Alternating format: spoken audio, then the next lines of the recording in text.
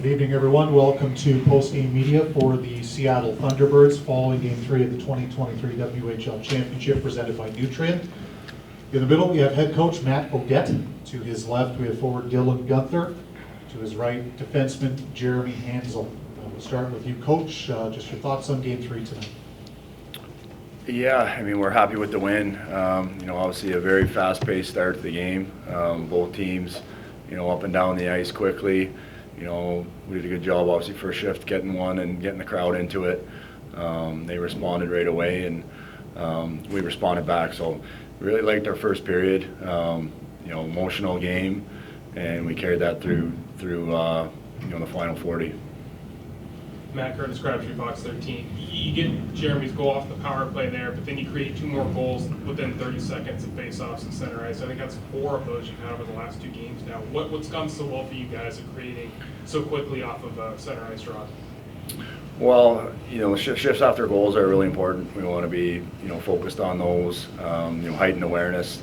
If we can get pucks back into their end quickly, we want to do that and keep the momentum going. So, we've done that well, over the course of this series. We did it really well in Game 2 as well. So, those are important times in the game, and we've got some good follow-up goals with that momentum. Jeremy, can you kind of walk us through your couple that you got tonight and what it was like to answer back after they were able to tie it up there in the first?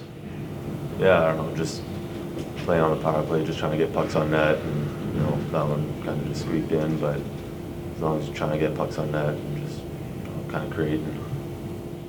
And then with your second one, did you notice the guy went diving down to try to block the pass there and kind of got in the goalie's face? And what were you looking for on that goal there? Yeah, I saw the puck squirt out to me there in the middle, and I looked up, and the goalie was kind of along the ice, so I just tried to pick my corner, and it went in. And Dylan, you guys know the kind of offense that you guys can put together. To get going like this at home, what does that kind of speak for you guys and the way you're kind of rolling now in this series a little bit? Yeah, it was a good start. I think obviously our crowd's really good, so it helps us kind of get into it. And really good shift to try to get on our path early, and we did a good job of that tonight. Coach, how do you think you guys kind of responded after their first goal, after they pushed back? You get the early goal from Kyle, and then to have them answer right back within a minute or so to come out of that and get back to your game? Yeah, obviously the emotions were running high, getting that first goal right away. It kind of, the air came out of the balloon real quick when they tied it up, but we did a good job, with our first power play attempt. Really efficient, really controlled the power play and cashed in with Jeremy's goal there. So, you take those opportunities with special teams to try to get momentum back, and we did that on that power play. Gabe Newman, Area 51 Sportsnet. Dylan, with the previous opponents that you've had now that we're in the WHL Championship finals and everything, what is something that you've noticed about the Winnipeg Ice that maybe you haven't seen in other teams that you've competed against so far? Yeah, I mean, it's the finals, so both teams are really good. And, they're a high-paced, high-skilled team. I mean, they create offense, a lot of ways, but, I mean, they're good off the rush. They got some guys who can, really punish you off the rush and make plays with minimal time and space. So I think for us, just making sure we manage the puck well and when we're out there against their top guys and just, play them hard. I think we do a good job of, playing hard as a whole team, I think especially on their top guys. Jeremy, after you guys take the big lead there, they're going to have some kind of a pushback there at some point. How did you kind of prepare for that and kind of weather that when they started to come at you a little bit harder there in the second? Yeah, I think as a team, we just decided to play a little more simple, like plucking lines, just everything we can, just to not fuel their transition game.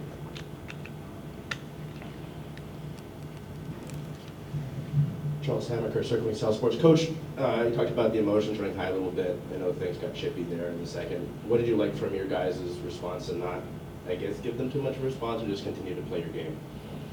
Well, I love the passion and the compete. The guys are fired up out there. We could maybe control our emotions a little bit, during those scrums to stay out of the box. We had a couple 4-on-4 situations there that, when you're the team with the lead, you might want to avoid those.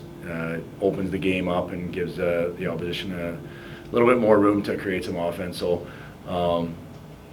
could be a little more careful in those situations, but I love the compete, the passion, guys sticking up for each other. That was really good out there.